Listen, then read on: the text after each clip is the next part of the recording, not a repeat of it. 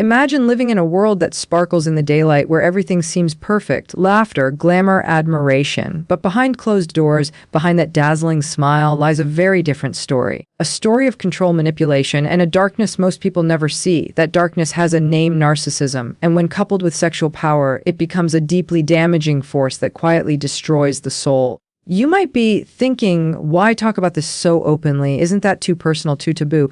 But healing begins when we shine a light on what is hidden. When we understand the dark sexual truths of a narcissist, we equip ourselves with knowledge and power. We learn to protect our hearts and reclaim. The first keynote reveals one of the most disturbing and least understood aspects of narcissistic relationships: the way a narcissist uses intimacy not as an expression of connection, affection, or emotional closeness, but as a tool of power. This truth is often hidden behind charm, charisma, and the illusion of passion. But the deeper reality is that for a narcissist, sex is rarely about love. It is about control. It is about domination. It is about feeding their ego, validating their superiority, and keeping you emotionally entangled in a cycle you don't realize is draining your soul. To understand this keynote fully, you have to start by recognizing how different a narcissist relationship to intimacy is compared to what normal, healthy relationships look like. In a healthy relationship, intimacy is built on mutual trust, vulnerability, and emotional safety. It is something shared, something that deepens the connection between two people. But with a narcissist, intimacy is carefully crafted to look that way on the outside while functioning very differently behind the scenes.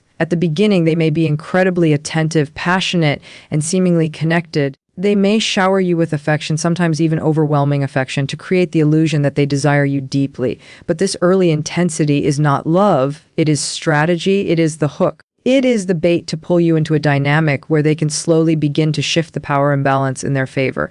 As the relationship progresses, the narcissist's approach to intimacy reveals its true purpose. They begin to treat sexual interactions as performances, transactions, and opportunities to control how you feel about them, and more importantly, how you feel about yourself. They want you to crave their approval, to seek the moments of closeness that they know you found emotional meaning in. But to them, those moments are not emotional, they are leverage. When they give it, they gain control. When they withhold it, they gain even more. This is where the power dynamic becomes clearer. A narcissist can use intimacy to reward you when you behave the way they want, and they can withdraw it when they want to punish you, manipulate your emotions, or create insecurity. They understand that humans naturally attach emotionally through physical closeness, and they exploit this biological truth. While you may interpret connection as love, they interpret connection as compliance. This is why their behavior seems inconsistent, confusing, or even emotionally cruel. They are not seeking closeness, they are maintaining control. Their use of intimacy also extends into coercion. Over time, they may begin ignoring your boundaries, dismissing your comfort,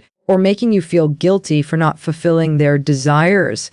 They might push you to do things you're uncomfortable with, not because they want you, but because they want to demonstrate their dominance. Their need to feel superior becomes entwined with their sexual behavior, turning something meant to be mutual into something that feels invasive and one-sided. In these moments, intimacy becomes something that happens to you rather than something you participate in. You start feeling like an object, an accessory, a tool, anything but a partner. One of the most painful parts of this dynamic is the confusion it creates. Because the narcissist was so attentive at the beginning, you may find yourself constantly trying to get back to that version of them, the version who made you feel desired and valued. This is how the cycle works. They give just enough to keep you hoping, but never enough to create real emotional security. They pull you in with promises and moments of passion, then push you away with coldness, criticism, or silence. You find yourself blaming your own behavior, wondering what you did wrong, thinking you must have caused the shift, but the shift was always part of the design. Their version of intimacy is not about you, it is about their ego. The longer this cycle continues, the more emotionally attached you become, even while you feel increasingly disconnected from your own needs. Your body may feel tense, uneasy, or conflicted. Yet your mind keeps trying to rationalize their behavior. You start convincing yourself that maybe this is normal, maybe you're being too sensitive, maybe you just need to be more patient or understanding. Meanwhile, the narcissist reinforces this doubt through subtle or overt manipulation. They might minimize your feelings, accuse you of overreacting, or turn the situation around to make you feel guilty. And because intimacy is intertwined with emotion, you begin to internalize these messages deeply. Understanding this keynote means understanding that the narcissist's sexual behavior is not a reflection of your worth, attractiveness, or desirability. It is a reflection of their need for power. Their intimacy is not a window into their soul. It is a mechanism for control. And once you see this clearly, it becomes easier to understand why the relationship feels so emotionally disorienting. It's because the foundation of intimacy was never mutual. It was always built on their need to dominate. Recognizing this truth is painful, but it is also empowering. When you understand that their behavior is not about love, you stop taking it personally. You stop believing their moods are your responsibility. You stop thinking that if you just try harder, things will go back to the beginning. You begin to see that the beginning was a performance, and the reality is what happens behind closed doors, the manipulation, the imbalance, the emotional confusion. Once you see the truth, you gain the power to reclaim your voice, your boundaries, and eventually your freedom. The second keynote reveals a painful but essential truth about narcissistic relationships. Their affection is never truly unconditional. It is transactional, strategic, and rooted in what benefits them, not in genuine emotional connection. At the beginning, their affection feels overwhelming, intoxicating, and almost unreal because it is. They use affection as a tool to create dependence, not as a reflection of real care. Once they sense that you're emotionally invested, they begin shifting the rules, adjusting conditions under which they give or withhold affection. This is where the subtle manipulation begins, and it often happens so slowly that you don't even realize the shift until you're already entangled in the cycle. At first, the narcissist's attention feels like a blessing. They make you feel important, valued, admired, even adored. You feel chosen, special, and deeply connected. But the love they project is not sustainable because it was never meant to be. It was a hook. And once you're hooked, everything changes. What once came freely now feels earned. What once felt warm now feels cold unless you behave in ways that maintain their ego or serve their needs. Their affection becomes a currency, and you become conditioned to chase it. This transactional approach is confusing because it doesn't run on logical rules. The narcissist creates inconsistent standards that constantly shift depending on their mood or desires. One day they may praise you, showering you with kindness and passion, making you believe you're the center of their world. The next day they may withdraw completely, act distant, criticize you, or behave as though you've disappointed them in some unspoken way. The inconsistency keeps you guessing, and that guessing is exactly what keeps you emotionally trapped. You begin to work harder to win back the warmth they once gave so easily. You start doubting yourself, blaming yourself, and adjusting yourself to recapture that early idealization. The tragedy is that what you're chasing isn't real love. It's the illusion they crafted. They know how powerful that initial affection was, and they exploit the memory of it to keep you compliant. This is the emotional equivalent of a reward and punishment system. When you behave in ways they approve of, you are rewarded with affection, attention, or validation. When you express needs, set boundaries, or challenge their behavior, you are punished with silence, coldness, or emotional withdrawal. The toxic brilliance of this system is that it conditions you to silence yourself. You expend so much emotional energy trying not to upset them that you slowly lose sight of what you want, what you feel, and what you deserve. Over time, their affection becomes a performance, not a reflection of authentic feeling. Their compliments are delivered when they want something. Their warmth appears when they fear losing control or when they want to pull you back into emotional submission. Their kindness is selective. Their passion is timed. Their caring is conditional. And because humans naturally crave connection, you unconsciously learn to adapt your behavior to protect the relationship, even when the relationship is damaging your sense of self. This transactional affection also creates deep emotional confusion. You may find yourself constantly questioning why their attitude shifts so dramatically. You wonder what you did wrong or how you can fix things. You blame yourself for their coldness, not realizing that their coldness is strategic. They pull away not because you failed, but because they want to reinforce their power. When you begin questioning your reality, your emotions, or your worth, they have succeeded in the manipulation. You become easier to control because your self-esteem becomes dependent on their approval. What makes this dynamic even more painful is that it erodes your ability to trust yourself. You start to believe that love must always be earned, that affection must be secured through compliance, and that your needs are burdens. All the while, the narcissist continues benefiting from your emotional labor. They get attention without giving stability. They get admiration without giving respect. They get control without offering true intimacy. You may find yourself apologizing even when you did nothing wrong. You may find yourself walking on eggshells to avoid triggering their withdrawal. You may become hyper aware of their moods, their tone, their expressions, constantly trying to predict their next reaction. This emotional instability eventually becomes normal, and that is the danger. When dysfunction becomes familiar, you begin to accept it as love. But love that must be earned is not love. Love that punishes vulnerability is not love. Love that drains you is not love. Understanding this keynote is vital because it helps break the illusion that the relationship could return to its early intensity. The beginning was not the real them, it was the bait. The transactional love, the shifting affection, the inconsistency, that is the reality. And once you recognize the pattern, you begin to see the entire dynamic differently. You see that their approval is not worth sacrificing your emotional well-being. You see that their affection is a tool, not a truth. You see that their love is conditional because it was never love in the first place. When you internalize this understanding, something powerful begins to shift. You stop blaming yourself. You stop chasing their validation. You stop thinking that if you change yourself, they will finally stay consistent. You begin to realize that the relationship was engineered to keep you emotionally off balance, not emotionally fulfilled. And that realization opens the door to reclaiming your power. You deserve a love that is steady, not conditional, a love that grows, not disappears, a love that supports you, not controls you. And once you see that the narcissist affection was a currency they used to manipulate you, you take the first step toward freeing yourself from their cycle and returning to your own worth. The third keynote exposes one of the most dangerous dynamics in a narcissistic relationship. The way sexual coercion and boundary violations become normalized slowly, almost invisibly. Narcissists rarely cross boundaries all at once. Instead, they do it inch by inch, moment by moment, until your mind, your body, and your emotions begin to accept behaviors that once would have shocked you. You don't realize how deeply things have changed because the transformation is gradual, subtle, and wrapped in manipulation that makes their actions feel justified or even your own fault. Understanding this is crucial because it explains how smart, strong, aware people can find themselves in situations they never imagined they would tolerate. When you first meet the narcissist, they often appear respectful, attentive, and deeply attuned to your comfort. They ask questions about your preferences, your boundaries, your likes and dislikes. They mirror your values and make you feel understood. This early behavior is strategic because it builds trust. It makes you feel safe. It convinces you that you have found someone who truly respects you. But once they sense your emotional investment, once they feel confident that you see them as someone reliable, the shift begins. The early signs of coercion are usually small and easy to brush off. Maybe they pressure you slightly, insist a little more than you're comfortable with, or ignore a soft no by framing it as playful resistance. They might make subtle comments like, "Trust me," "Relax," or "Don't be shy." These phrases seem harmless, but they're actually the first cracks in the boundary wall. Because they're said with charm, affection, or humor, you don't see them as violations, you see them as intimacy, and that's the trap.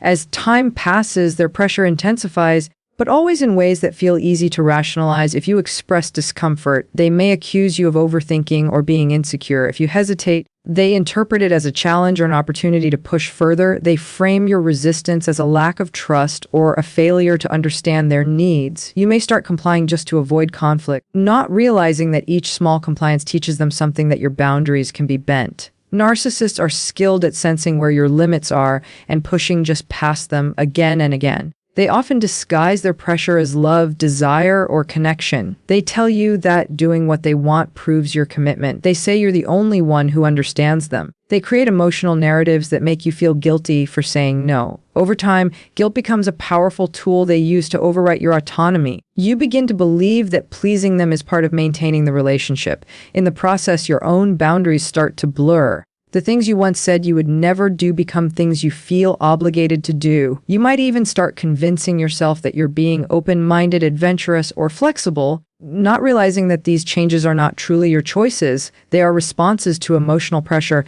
You internalize that your comfort is secondary, that your body is something to negotiate rather than protect. This normalization process is especially dangerous because it affects the way you interpret your own feelings.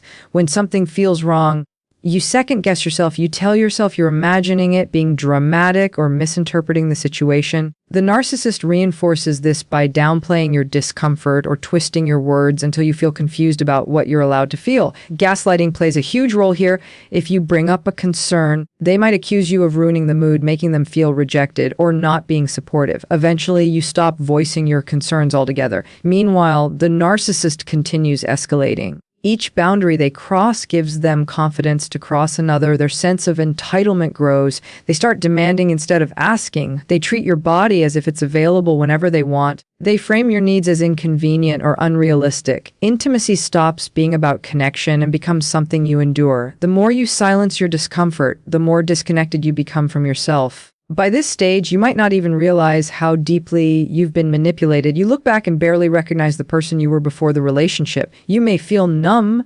resigned, or guilty for not wanting what they want. You may feel trapped, not because they physically restrain you, because your emotional world has been reshaped to prioritize their desires over your own. This is the psychological depth of coercion. It replaces your voice with theirs. Breaking from this pattern requires recognizing how slow the erosion was. It requires acknowledging that none of this happened because you were weak. It happened because they were strategic. Narcissists understand human psychology deeply, especially vulnerability. They know that if they crossed your boundaries on day one, you'd walk away.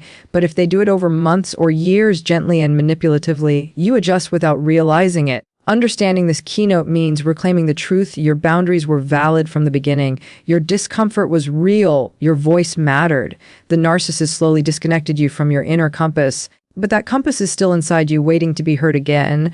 Once you recognize how carefully and gradually the manipulation unfolded, you begin to reconnect with your instincts. You begin to see that what happened was not consent, it was conditioning. And once you see the conditioning, you take back the power to rebuild your boundaries, reclaim your worth, and restore the voice the narcissist tried to silence. The fourth keynote uncovers one of the most devastating emotional impacts of a narcissistic relationship: the gradual destruction of your ability to trust yourself. When you are involved with a narcissist, every part of your internal world gets slowly reshaped. Your confidence, your intuition, your emotional clarity, all of it becomes foggy. You begin to feel disconnected from your own thoughts and feelings, and it doesn't happen in one dramatic moment.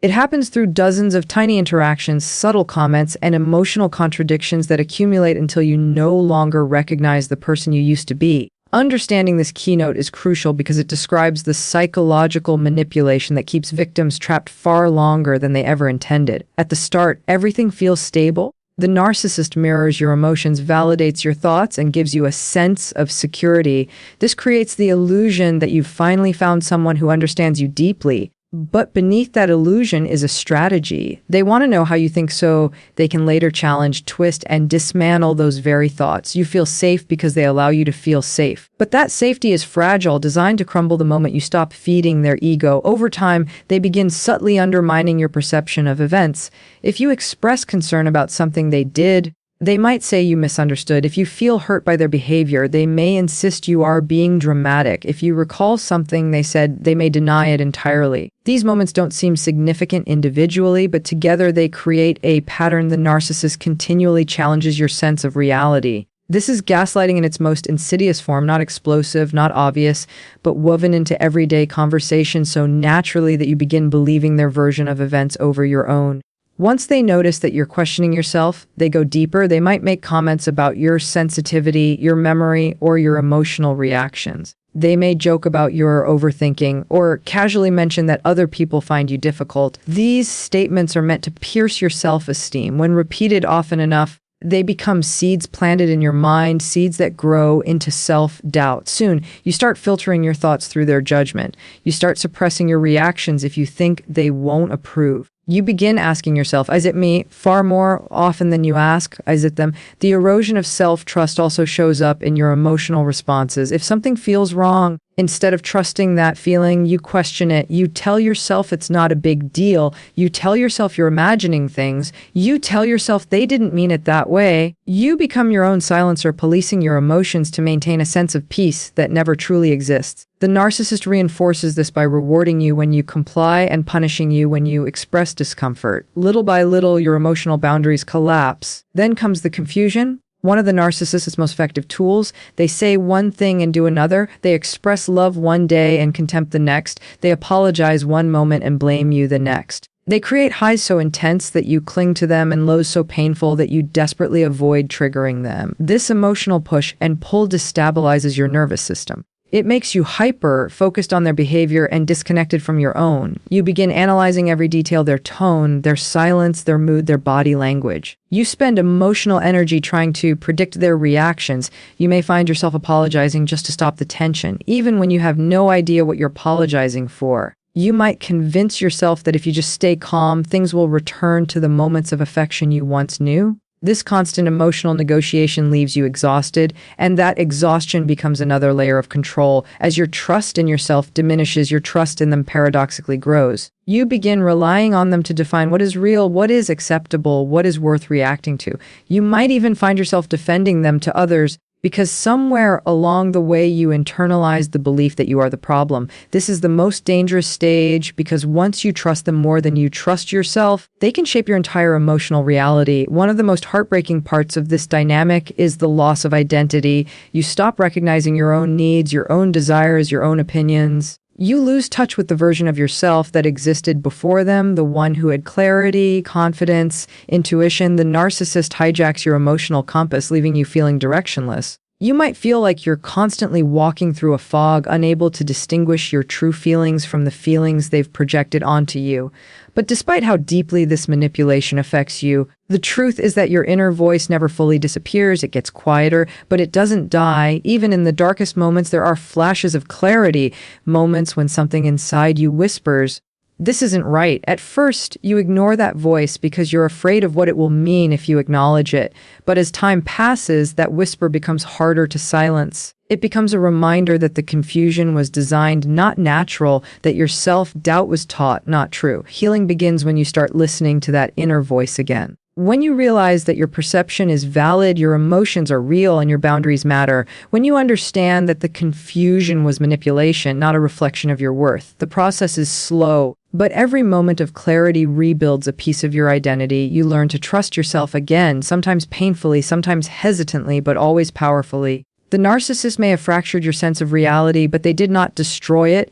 Your clarity is still there. Your strength is still there. Your intuition is still there. And once you reclaim them, you step out of the fog and back into yourself, wiser, stronger, and far more aware than before. When you begin to recognize the patterns of manipulation, something powerful starts to happen inside you. The fog that once blinded you begins to thin. For so long, the narcissist trained you to believe that their desires were the only ones that mattered, that your boundaries were inconveniences, and that your discomfort was a sign of your overreaction. But when the truth finally cracks through the surface, when the emotional distortion begins to unravel, you discover that awareness itself becomes a doorway to freedom. Healing doesn't begin with perfection. It begins with clarity. It begins the moment you realize that the treatment you endured was not your fault, that the behaviors you normalized were never normal, and that love was never supposed to demand the destruction of your identity. Recognition is the spark that ignites every step of reclaiming your autonomy. As you become aware of the manipulation, you start to see how deeply the narcissist conditioned you to betray your own needs. You remember the moments when your boundaries were dismissed as drama,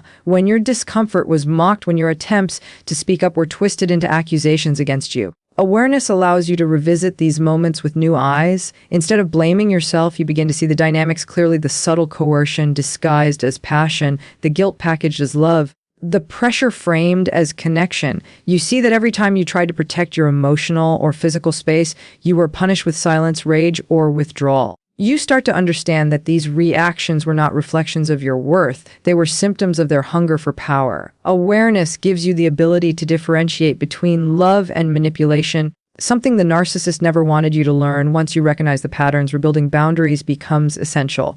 At first, this feels terrifying. For so long, you were taught that boundaries were abandonment, that saying no was unloving, and that protecting yourself meant rejecting them. But as you step into clarity, you learn that boundaries are not walls. They are gates. They are the lines that preserve your dignity, your energy, and your emotional safety. Rebuilding boundaries means rediscovering what makes you feel secure, what makes you feel respected, and what makes you feel human again. It means honoring the discomfort that signals something is wrong instead of silencing it to keep the peace.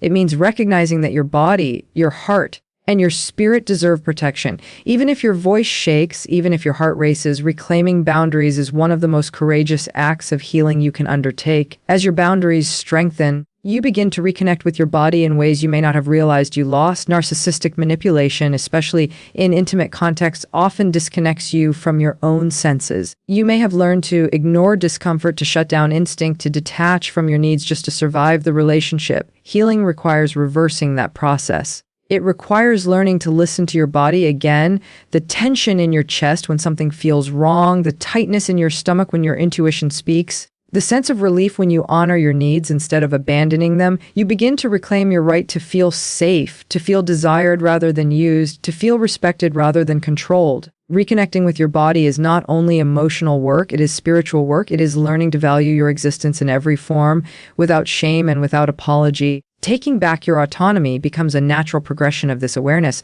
Autonomy does not mean isolation, it means self-governance. It means realizing that your choices belong to you again. The narcissist spent so long training you to rely on their approval, their reactions, their moods, and their validation. But as you step into clarity, you begin to detach from their narrative and build your own. Autonomy gives you permission to live without fear, to make decisions based on your truth rather than their control. You stop asking yourself, how will they react? And start asking, what do I need? Every small decision, setting a boundary, walking away from emotional manipulation, choosing rest over chaos, becomes a powerful act of reclaiming your life. Awareness is not the final destination, but it is the beginning of everything. It is the moment your power returns to you. It's the moment you stop surviving and begin rebuilding. It's the moment you see the truth with clarity instead of confusion. And with that awareness, you become capable of rewriting your entire story, one filled not with fear, guilt, or control, but with freedom, strength, and self-respect. Healing after a relationship with a narcissist is not a straight path, nor is it a single moment of clarity. It is a long, layered journey that requires patience, honesty, and an unshakable willingness to reclaim the parts of yourself that were buried, silenced, or distorted by their manipulation. Recovery begins when you finally allow yourself to acknowledge the reality of what you endured, not to stay trapped in it, but to liberate yourself from the shame that never belonged to you in the first place. For so long, the narcissist conditioned you to believe that their cruelty was your fault, that their neglect was a reaction to your inadequacy, and that their shifting moods were a reflection of your failures. When you step away from that environment, the truth begins to surface. None of it was your responsibility. Healing requires that you forgive yourself for every moment you stayed silent, every time you tried harder, every time you gave more of yourself than you could afford just to feel seen. Self-forgiveness becomes the foundation of your recovery because it frees you from the emotion chains they wrapped around your identity. As the layers of pain unravel, you start to rediscover pieces of yourself that you didn't even realize were missing. The narcissist's influence often forces victims to shrink, to walk on eggshells, to minimize their desires and emotions just to avoid conflict or punishment. During healing, you begin to explore those suppressed parts again. You remember the dreams you abandoned, the hobbies you stopped pursuing, the creativity you muted, and the joy you learned to fear. These rediscovered pieces become markers of your resilience. They remind you that your identity was never destroyed. It was only hidden under the weight of someone else's control. Healing asks you to reconnect with your inner world, to rebuild your sense of self from a place of compassion instead of criticism, and to learn who you are without the influence of manipulation, fear, or emotional uncertainty. Recovery is also about learning how to trust your intuition again. Narcissists repeatedly gaslight their victims, making them doubt their perceptions, memories, and emotional responses. Over time, this psychological erosion weakens your ability to trust yourself. Healing requires rebuilding that inner compass. At first, trusting your instincts may feel unfamiliar or frightening. You might second-guess your thoughts, question your boundaries, or feel guilty for protecting yourself. But slowly, as you listen to your inner voice without judgment, it grows stronger. You begin to notice red flags sooner. You recognize unhealthy patterns quicker. You respond to discomfort instead of ignoring it. Every time you honor your intuition, you reclaim a piece of the self-confidence that the narcissist tried to dismantle. Trusting yourself becomes a powerful act of self-respect, one that strengthens your emotional foundation and protects you from repeating old patterns. Another vital part of healing is learning what healthy love actually feels like. After being entangled with a narcissist, your understanding of love becomes distorted. You may confuse intensity with passion, inconsistency with excitement, or chaos with connection. Healing forces you to reevaluate your definition of love, not through someone else's behavior, but through your own emotional needs. You begin to understand that real love is consistent, respectful, patient, and safe. Healthy relationships don't demand your silence. They don't punish you for having needs. They don't make you compete, guess, or suffer for affection. As you heal, you learn that you deserve a love that doesn't take from you but builds you. You learn that your vulnerability is not a weakness but a strength, and that intimacy should never come with fear attached to it. Reclaiming your identity also means stepping into your power with confidence. For so long, the narcissist used your insecurities against you, keeping you small so they could feel big. But healing asks you to rise beyond those limitations.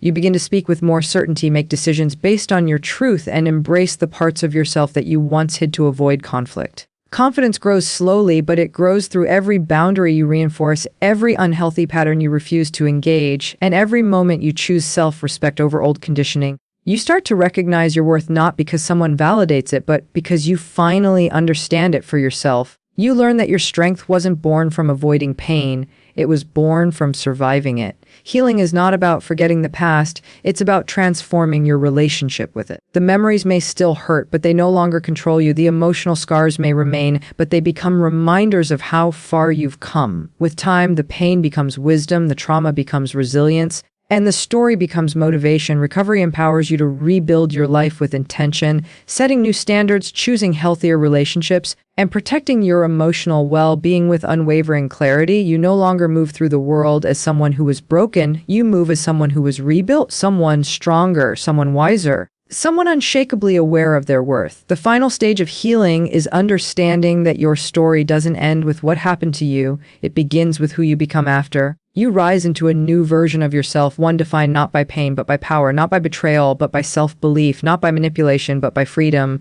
And as you step into this new chapter, you realize something profound. Reclaiming your identity was never about recovering who you were before the narcissist. It was about becoming someone even stronger than you imagined.